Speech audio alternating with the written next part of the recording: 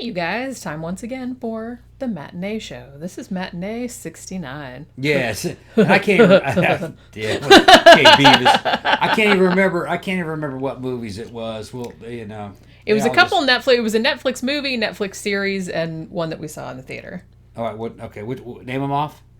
Sweetheart is the first one. That was okay. we saw on Netflix as a monster movie, and Aries, which is a horror series, and The Turning. That's also, right. we saw Underwater for a second time. If you want to like throw in on that too, but that's like not one of the official ones. Yeah, I can't understand that. I can't understand that movie at all. Underwater. That was bought during that damn Disney merger with Disney and Fox. Was it Fox and Disney that merged? I can't remember. Something. It was some shit like that. And Disney owns it, and they didn't make it, so they just said fuck it.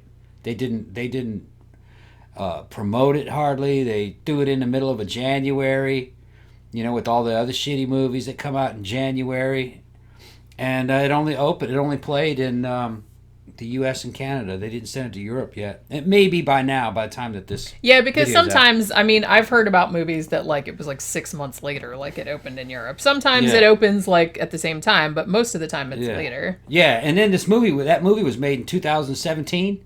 Yeah, I think it's been, or it was finished pre-production was done in 2017, and it was finished in 2018, something like that. So before we start, Matinee, I'm going to give it a second shout out.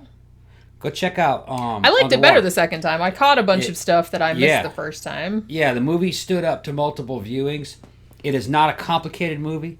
It's just a good old-fashioned fucking movie, kind of like Aliens. Yeah. Underwater people, I got some friends online, that I know from the club. Isn't it just like Abyss? And it is not like Abyss. It's more like Alien. I liked it better than the Abyss. I have to say. I remember seeing the Abyss in the theater. Yeah, it's a lot better than the Abyss. And it has a weird ending to where you're like, oh, is that what this was? And then it's kind of like it was set in the same universe as Blade Runner and Alien, Ridley Scott's future. Yeah. I wouldn't say very much into the future. Maybe, It didn't seem all that futuristic. Wasn't all that future. Just some of the constructions and some of the suits. So it looked like maybe it was 20 years from now. Yeah. Something like that. It was pretty cool. Yeah, but so we just wanted to go in and say good acting. We actually went and saw that a second time. Good acting, good characters, special effects stood up. It just was a fun movie to watch. Yeah, it definitely was. And like I said, I liked it even better the second time. Yeah, it was. All right, so the first one we're going to talk about is a Netflix movie. This is called Sweetheart. Now, this actually, I believe it premiered at a film festival way back at the beginning of 2019, but it actually didn't get to streaming services. I think it debuted on streaming the end of October, but I don't think it came to Netflix until December, so I just now got around to seeing it. Now, this is from Blumhouse production, so, they're kind of hit or miss with the horror movies, but, this one, I actually really liked it a lot. It's essentially a creature feature, which I guess it's not really spoiling it because the trailer shows. But it's a very simple, survival story. Basically, at the very beginning of the story, you get this young woman named Jen who has washed ashore on a presumably abandoned island. And they don't really tell you until later on. You don't know if she was diving or, I assumed that she was in a boat wreck because she didn't have a diving suit on or anything like that. So, and she, she's washed up with somebody else, a friend of hers that was apparently traveling with her. And he ends up dying. And then she has to, survive on this island on her own until, rescue comes. She does see, planes going by overhead and stuff like that. So she knows that she probably has a chance of getting out. But so the first part of the movie is kind of her figuring out what she's going to do. She finds stuff that I guess there were people that had been stranded there previously, a long time ago. So she finds a cooler with old Coke in it and an old ripped up tent and stuff like that. So she does have some supplies, a couple of matches and stuff. So as the days go on and she's kind of trying to find food and everything and waiting for rescue, it comes to pass that something is coming out of the water at night and eating shit on the island, including the body of the friend that had died after they washed up and that she buried. He gets all torn up. And so she starts to kind of she starts making spears and stuff like that. They don't really show the monster it's kind of like you just see like flickers of it or like shadows and stuff like that. So they don't show it like full on until the end. So you don't know exactly what it is. Now, the cool thing about this movie, though, is that I don't want to spoil too much about it. Like I said, it's a pretty simple survival story of like this woman on this island, you know, trying not to get eaten by this monster or trying to kill this monster. But there are a couple of other complicating factors that happen like later on that hint at maybe like a wider story. Like, so the cool thing about it is that you can just watch it as like a simple monster movie, and it's very good like that. It's very fast paced. It's only about an hour and 20 minutes long, something like that. Very well edited. They shot it on in Fiji somewhere, I believe. So it's like really gorgeous, like all the island locations and everything. So all the cinematography is really nice, particularly the first reveal of the monster, where you just see like she puts up a flare because she sees like a plane going over at night. So she shoots up a flare, and as like the red flare like comes down the beach, she sees like this big shadowed kind of monster coming out of the water and starts flipping the fuck out. So it was like a really effective introduction of the monster that she's going to be fighting. But so, like I said, the cool thing about it is that you can just watch it as a really enjoyable, fast-paced monster movie with like some good gore in it and stuff like that.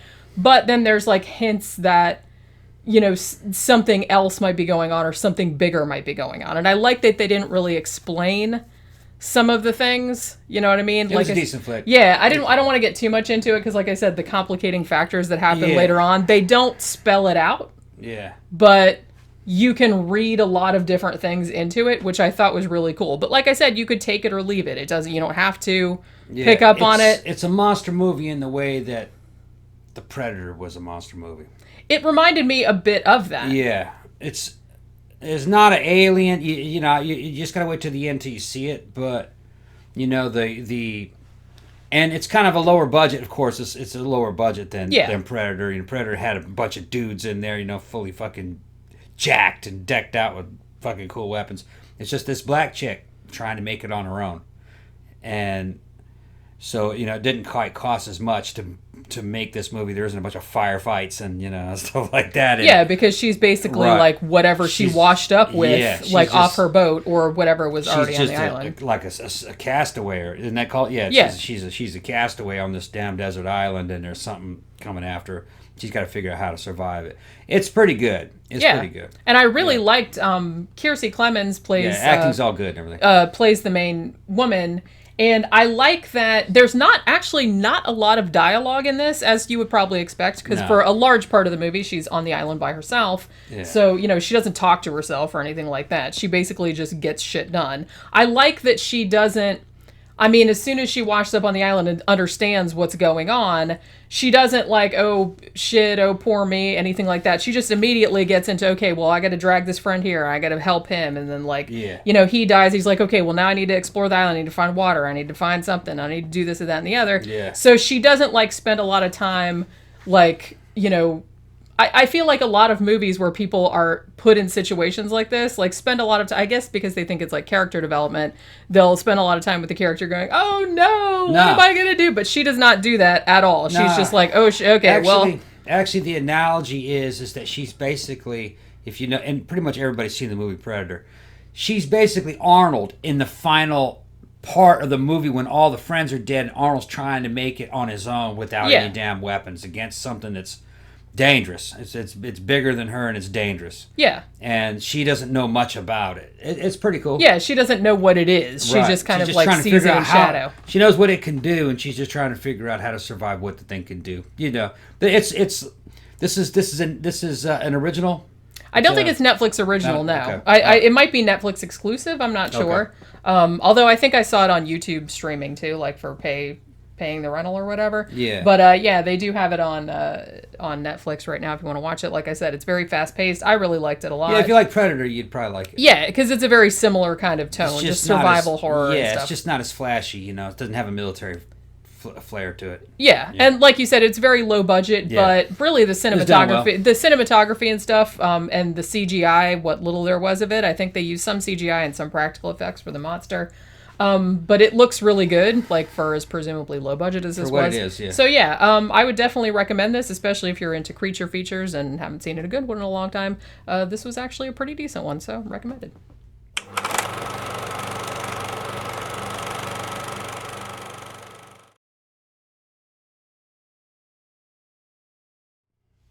All right, and the next thing that we watched this week was also on Netflix, a Netflix original series, although it is Dutch. It is called Ares. Now, this actually, it's 8 episodes. The episodes are short. They're only about 30 minutes long, so it's about a 4-hour whole series. I don't know if they're doing a second season. I mean, I feel like it could go either way. Like I like the way they ended it, but there's room to expand if they want to do that. So this basically, it's kind of like, because I watched the trailer, I'm like, ooh, that gives me like an Eyes Wide Shut kind of vibe. I'm down with that. So I started watching it, and it's like, I saw like a lot of reviews on it, and like a lot of people like in YouTube comments and stuff like that going, I really like this show, but I have no fucking idea what's going on. Well, like to me, it seemed pretty obvious, like what all the all the symbolism was and everything like that. And reading a little bit about like other people that watched it that were actually Dutch and that were talking about like various cultural things. So it came into like a lot of sharp relief, like what it was actually about. Like I said, I'm not going to spoil it because I do actually recommend it if you like this kind of like Illuminati, like secret society type of thing, because that's definitely what this is. So it basically follows this girl, young woman really, named Rosa Steenwijk, and she lives in Amsterdam, and she is a first-year medical student. Very early in the film, it's established she comes from like kind of like a lower middle class family. Her dad looks like, I think he's a doctor as well, or a nurse or something. Her mom is crazy. I know that's terrible to say, but like has some mental issues. Has done like, suicide attempts and is on various medications and stuff. And it almost seems like Rosa is like trying to get away from her family. Like she doesn't like the burden of it. And she's also really, really ambitious. Like she wants to become a doctor. She wants to be like the best at everything. So she's very, very like high achieving and wants to like, feels like she deserves more in life than, where she comes from perhaps. So it transpires that her best childhood friend, whose name is Jacob, he is involved with this, what is at first thought to be like a secret student society, kind of like Skull and Bones or something like that, called Ares. And she's kind of intrigued about it, although Jacob, who I guess he's not like fully in it, but he's like a novice, or he's like, trying out for it or something. Now he tries to talk her out of it, you know what I mean? But she's kind of like, well, if somebody's trying to talk me out of it, like I need to find out what the fuck this is all about. So she starts like pushing her way into it and like trying to figure out what it is. And it turns out that it's a secret society that meets in this like really, really cool, like big, creepy, like old Gothic pile. And they're all of the members are, kind of from really wealthy, powerful families in Holland, and she's the only one that isn't. So as the series goes on, you kind of figure out like why they wanted her to be in this thing, what this society is exactly. There is like a supernatural element to it because there's like all these kind of things where people are like barfing up like black goop or like black eggs. There's presumably, you think that there's like this demon or something like chained in the basement of the place. Jacob at one point like touches this wall and it makes his fingers turn black, and then he can like touch people and it makes them like go crazy, and like all these suicides start happening and people start blaming her. So it's this really kind of multi-layered thing about, her joining this society and what the hell they are and what they're trying to do. You know what I mean? So if you are really into these sort of like, these types of like European like series, like if you liked Dark, the German one, which is excellent. This is not like a sci-fi. This is basically more like straight up Gothic horror, Eyes Wide Shut type of like Illuminati type of shit, with kind of a supernatural element to it. If you liked, there's stuff like Beyond the Walls, which I think was Belgian. stuff like that. So it has like very much that kind of like European Gothic type of vibe, secret society, all that kind of stuff. So if you dig that, and like I said, you got to pay attention to a lot of the symbolism, like where she first meets up with the society, like the paintings that they're looking at and stuff like that. You really have to you look at what the painting is of, like to see like what they're talking about, like with the eggs and everything. Yeah, the movie was well made. It is. It's really a nice looking movie. Yeah, it's a good looking movie. Personally, I couldn't get into it. Yeah. I was watching it. I was like, yeah, okay, whatever. It's not really my kind of thing. I mean, maybe a lot when you're watching these things, mood has a lot to do with it. Yeah. And for these reviews, for the show, Jenny and I have to watch all this stuff in a pretty short period of time. So I can't really take my time with a series. Like, okay, I'm gonna take a break and go back. Well, we binge watched the whole thing pretty much. I think we saw it in 2. I watched it over 2 nights. I watched like the first 4 episodes the first night and then the second. And if something really doesn't catch my attention in the first 15 minutes, I don't. It never really will. Yeah, that's just how I am. And like I said, this one was one that, and because a lot of patience for this, and because it was in Dutch and there was like a lot of stuff that was like kind of. That, like I said, I didn't really know until I read some other like people that actually were Dutch that were commenting on certain things, like, oh, that old woman that was behind the glass, she was speaking medieval Dutch, she wasn't speaking modern Dutch, which you wouldn't know if you weren't a Dutch speaker, and that like points to what her character was or what her character represented. So there's a lot of stuff that I think is a little bit lost in translation to an American thing, but like I said, I didn't really have any problem following the symbolism of it in general. There was probably like a few little things, like I said, that was like, cultural that I didn't pick up on, but the message of it, the overriding theme of it, I thought was pretty clear, although apparently I'm because like I said, I saw a bunch of people that said, oh, I really loved it, but what the fuck did it mean? Right. You know what I mean? But it's like, to me, it seemed pretty clear. Maybe I don't know if other people might not find it that way.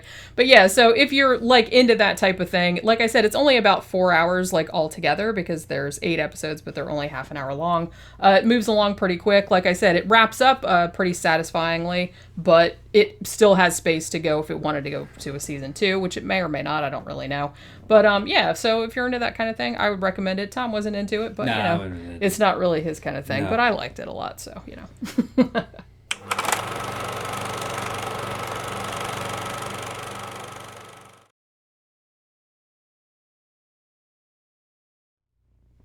All right, and the third movie that we saw this week, we saw in the theater. This is the new movie, The Turning. Oh man, this piece of shit here, man. Now this is like, okay, this kind of bummed me out because here's the thing. I really like the original novel, The Turn of the Screw. Yeah. I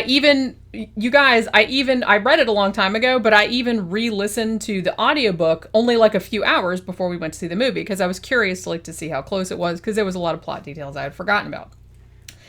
So I went into this with the novella, still very fresh in the back of my head because I'd only listened to it just a couple of hours before.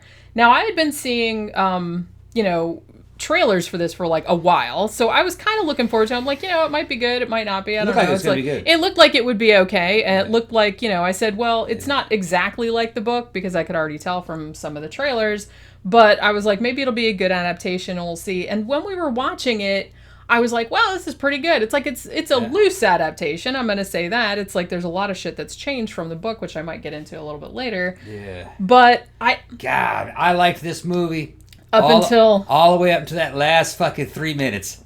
The last 3 minutes Why of did this they movie. Do it? Why? I was like, what the fuck? Basically, this movie makes the cardinal sin of it was all a dream. Kind of. It was all a dream. It's not exactly what it is, but it's similar. Like the Victorian, instead of and she woke up and it was all a dream version. Well, it's not really that angle. What they did was they ended it with a bitches be crazy angle. Which bitch was crazy. Which, like I said, okay, now there were no ghosts. Bitch was crazy. That's all. Should say that this movie. Like, what the fuck? This movie has had. I mean, probably. I feel like I don't think that the fault of this. It wasn't the actors because all the actors were good. I don't even know if it was the director. This to me, and I don't know if this is true or not. This to me smacks of post-production studio interference. I suspect the audience laughed at this movie. Well, and I've been watching some other reviews of it, and some other people have said the same thing, that when they went to see it in the theater, people were either like, what? What the fuck? Get the fuck out of here. Or something like that. We're reacting similarly to the end. Yeah. Which, yeah. It's bad. Yeah, and here's the shitty thing. They ruined it. They should have just ended the fucking movie. Well, they should have, yeah. And it wasn't even like the movie itself. Like, watching the whole movie, if it had had a different ending, it probably would have been perfectly fine. Well, it gave you two endings. The movie was fucking awesome, and then it had an ending, and you're like, yeah! And then all of a sudden it goes, no. It gave you an alternate ending that fucking very weird the way they did that. Sucks all the air out of the fucking stories. You're like, so I watched this shit for nothing. Bitch was crazy. It was kind of Bitch like, was crazy. well, it was kind of like, you know how sometimes fucking you see... stupid. You know how sometimes you see some of those comedies... And, like, somebody will, like, there'll be, like, a wacky situation, and then they'll stop, and they'll say to the audience, now here's how this happened, and then they'll rewind. That's kind of what they did at the end of this. Yeah. Okay, now, essentially, like I said, this movie, you know, it was actually directed by Floria Sigismondi, who actually, she did a bunch of, like, music videos in the 90s for, like, David Bowie and Marilyn Manson and stuff like that. She also did the movie The Runaways, which actually I really liked. That, you know, was about the band. It was like a band biopic with Kristen Stewart in it, who was also in Underwater. But like I said, I feel like it wasn't even... I mean, the cinematography in this is really nice. They set it in 1994 for some strange reason. Maybe so there's no cell phones, I would guess. Yeah. Also, I read that because, I mean, The Turn of the Screw by Henry James, which came out in 1898, has had like a zillion, billion, million fucking... adaptations. Like, as far as I know, it has like 9 movies. It had a bunch of TV series. It had an opera, for Christ's sake, a couple of ballets. And actually, the interesting thing is that the Netflix series, The Haunting of Hill House, the Mike Flanagan one, season 2 is going to be based on The Turn of the Screw. Yeah, which hopefully I'm sure it will be better than this. This really bummed me out because, like I said, everybody in this was good. Finn Wolfhard was good. Mackenzie Davis was good. The little girl, Brooklyn Prince, she was great. Oh, good acting. Good cast. Yeah, everything was good. The cinematography was good. What's the name of that girl? Which one? The one that was in that. Boy, she's been in 2 shitty movies fucking recently. She was in, was it Terminator Abomination? And that wasn't that bad. What was the name of that Terminator movie? Dark Fate. Dark Fate, that's right. Yeah, that's it. Mackenzie Davis, her name is. Well, she was good in that movie. She's been in a bunch of other stuff too. Yeah. She's good in this one. She's cute in this one. I mean, she's been in a bunch of like really good prestige TV and stuff like that too. Yeah, she reminds me kind of like Daryl Hannah. Yeah, and it's so the thing that I feel like, okay, now I'm assuming like I hate to be like, oh, spoilers and everything, but come on, this is based on The Turn of the Screw. I thought everybody kind of knew the story of that, so I don't really feel that bad. I mean, come on, the novel's more than 100 years old. A lot of people don't know that story. But I'm just saying that, and there have been so many adaptations of it. Probably the best, the closest, and the most well-regarded is from 1961, The Innocents, with good. Deborah Carr. Movie. Which is actually, which is a great horror movie on its own, but also one of the closest adaptations to the actual book. So...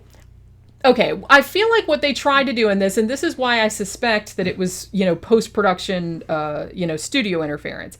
I think what happened, because the whole point of Henry James's novel was that he never tells you if the ghosts are real or if the governess, who is actually not named in the book because it's from her perspective, or if the governess is just nuts. But people do die. And there is evidence that shit happened in it. It's just that you don't know if it's just subjective or what. And it's kind of like, it's Victorian. It was a time when there was a lot of spiritism going on and seances. And if you ask me, the Victorian story ended with bitches be crazy. That's what it really meant. Because I think that guy was saying all this spiritism and all this stuff. It's not true. And that these bitches are crazy. Well, see, because that's how they were back in the Victorian. The thing about it, though, you could never prove it one way or the other in that book. Well, I think Henry James did that very deliberately. Yeah. Because you could read it in at least 2 different ways, and each of those 2 different ways has a couple of different variations. Like, you could either say it was all in the governess's head. Yeah. You could say that the ghosts were real and everything she perceived was entirely correct. That the children also saw the ghosts but were reluctant to say so.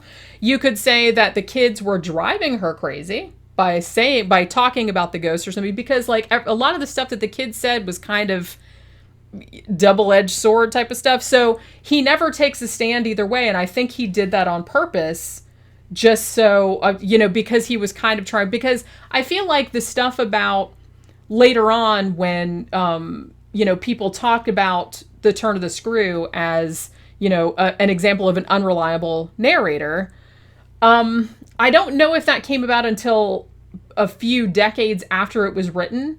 I think, like in the 1930s. But I definitely think that Henry James wrote it to be deliberately ambiguous. Although that little boy dying at the end was not ambiguous.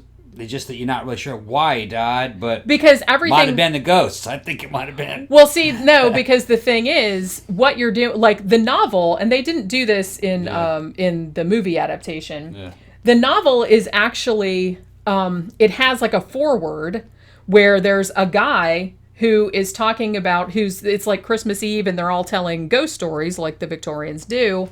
And, somebody had told one and it wasn't that great. And he's like, oh, I've got the worst fucking story ever. It happened to a friend of mine, but you guys will have to wait a couple of nights because she wrote it all down before she died. And it's in my, safe deposit box or whatever the fuck. And then he has to go get it. Okay. And then, so he kind of like builds it up. So then after that, you don't hear from that guy anymore. Everything else is her written recollection of what happened to her at Bly at the house. So it's probably that book, right? So you're only seeing things from her perspective. Yeah. And in the book, she, as far as you can tell, is the only one that sees the ghosts. She perceives that the children can see them, but they don't tell you either way. Yeah, but with this movie, not to confuse the issue, with this movie, the way that ending is set up, that bitch was crazy. Well, yeah. That's what I mean. And so I feel there's no ambiguity in it, really. Yeah, and at the end, at least my understanding of that ending. That's how I took it too. And if I'm misunderstanding it, then the movie failed, because the movie should make it clear to the audience that it was ambiguous. Well, the thing is, it wasn't clear that it was ambiguous. It was clear to me that bitch was crazy.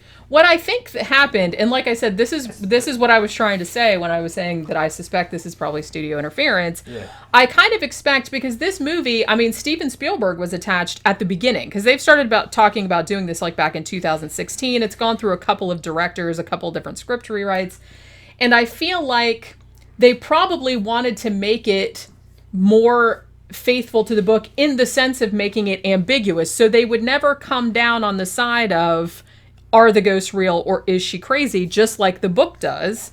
However, I feel like they made it like that, and then they showed it to test audiences, and test audiences were like, well, is she crazy or is it ghost? Want to pick one or the other.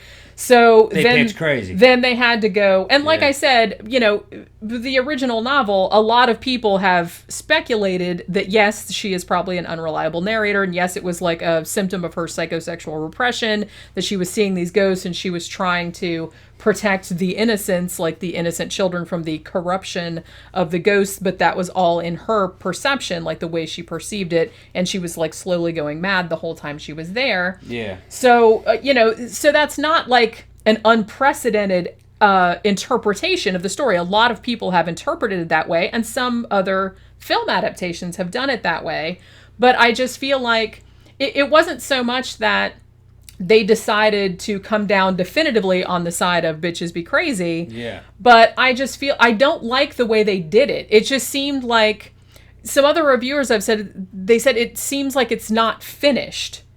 It definitely did have a very strange, like it was very strange the way they put that across. I feel like if you were going to make a stand on that, fair enough, I prefer it ambiguous, but I know that a lot of people don't like that. So it's like, if they wanted to, you go, yes, she's crazy, she didn't see any of the ghosts or anything like that, then there was a better way of doing that. They should have just left it, no, the ghosts were real. The audience would have liked that a lot more. I was watching the audience. The audience wanted it to go, yeah, there were ghosts. Yeah. They went the wrong direction. If you're going to make it definitive, make it that the ghosts were real. Yeah. Don't make it that she's fucking crazy. Because then there's no point in the movie. Well, yeah, then everybody feels ripped off. It's like you're wasting your time. Like, oh, man, then all that shit that I was all that shit that I saw didn't even happen. You know what I mean? That's how they reacted. Yeah. So, no, the movie was a failure. But and I think they know it's a failure. It's why they put it in fucking January. Probably. Because like I said, bomb. they've been like, this has had a very troubled production history. Yeah, it's going and bomb. like I said, I feel really bad because I don't even think that this was it almost seems like it was a failure in the editing process, in the post-production process. Because it feels like it was something that, it's almost kind of like it was made by committee. Yeah. You know what I mean? The acting in it is good, man. The acting is good. The cinematography Everything's is good. about it except the story, the ending of the damn story. I mean, they changed a lot of stuff from the novel. Like they made, Finn Wolfhard's character of Miles, they made him much older than he was in the book. Obviously, in the book, he was only 10. He's like a sullen teenager. He's more of a threat in this book, in the movie. Whereas in the book, the kid was very sweet and angelic, or at least that was how the governess perceived him. Yeah. So they changed some things. They changed the relationship between the governess and, although she's a nanny in this one because it's in the 90s, and Mrs. Gross, the housekeeper. Like, they were actually friends in the book. In this one, they're kind of like, at loggerheads, sort of, or Mrs. Gross is kind of like very condescending toward her. So there's like little changes like that made, but I don't have a problem with that necessarily. It just seems like I said, it seemed like they wanted to have ambiguity and not at the same time, and they didn't know how to do that. It was a badass story and everything. I liked it, and then it ended. She fought the ghost and everything, and it ended. And I go, man, that was pretty good. It's a pretty good movie. And then all of a sudden, oh, nope, here's another ending. And then he was like, no, that bitch was crazy. Oh, man, fuck this. It definitely feels like, to then, me... like, the fucking credits started to roll, and they got the ghost in the damn water. And the whole audience sat there and went through all those down and was like sitting there going, waiting for something. Is there going to be something after the credits to like explain that? No. Yeah, because everyone just sat there they like sat there waiting. Is there more? Is there more? What happened? What was? Were the ghosts real? Do you know what it seemed? It seemed like, okay. You know how sometimes you see the movies and they shoot like a bunch of alternate endings to show to different test audiences, right? Yeah. To me, it feels like they did that. Except they made 2 or 3 different endings, and then they just took this one ending and just tacked it on the end. Yeah, they shouldn't have had that on there. They just tacked it. It basically just seems like it's tacked on the end, and it doesn't have to be there. I mean, they could have just ended it where it was without that. It was stupid. But like I said, and that's a shame because I really like that book, and it's like I thought, they could do a modern reinterpretation of it. Like I said, now I'm sure Mike Flanagan is probably like really happy because he's like, well, shit, now my adaptation doesn't even have to be that good because it's like it'll look much better by comparison. Yeah. You know what I mean? Even though I'm sure that was going to be good movie anyway. Shot itself in the dick. It really did. And like I said, it's a shame because that was like the only thing. I mean, up to then, it was written by the 2 guys that wrote The Conjuring. Which, it had a lot of jump scares and stuff like that, but it had a cool, like, creepy atmosphere. The acting was good. There was, like, a lot of menace, like, between, like, the kid and rapey-ass ghost. Yeah, it's like, rapey ghost and rapey stuff like ghost, that, which, like I said, that's kind of a little bit implied in the original novel, so they're not pulling it out of their ass or anything like that. It's all in there in the book. It's just very understated. Ghosts raping other ghosts. Yeah, so it's fucking pretty cool. So it's like, and I like that in a way, I like that they made Miles's character a little bit older so that you kind of got, because in the He's novel... trying to get it on with the governess. Well, I mean, in the novel, the 10-year-old kid, there's a little bit of that going on too, but I mean, it's Victorian, so it's very understated, but a lot of the undercurrent of their relationship is sort of like that, and like a lot of the stuff that he says is sort of like that, but it's much creepier because he's much younger. In this one, Miles seems like more of a threat because he's older. You know what I mean? So I kind of like the way they did that, even though they changed his character pretty much entirely from the novel. But, like I said, they could do changes, but I just feel like the ending just ruined it. If it didn't have that tacked on ending, if they had just ended it, the way they were going to end it before they were like, oh, but no, this is what really happened, then this wouldn't have been like a fantastic movie or even a particularly good adaptation, but it would have been like a decent it'd have been a better horror watch. movie. Yeah, just a better, it would have just been like an entertaining. Yeah, we talk too much about this shit. Throwaway horror movie. We're repeating ourselves now, and we're spending too much time on this movie. It's not worth it. Yeah, it's a shame, but shit happens. Yeah.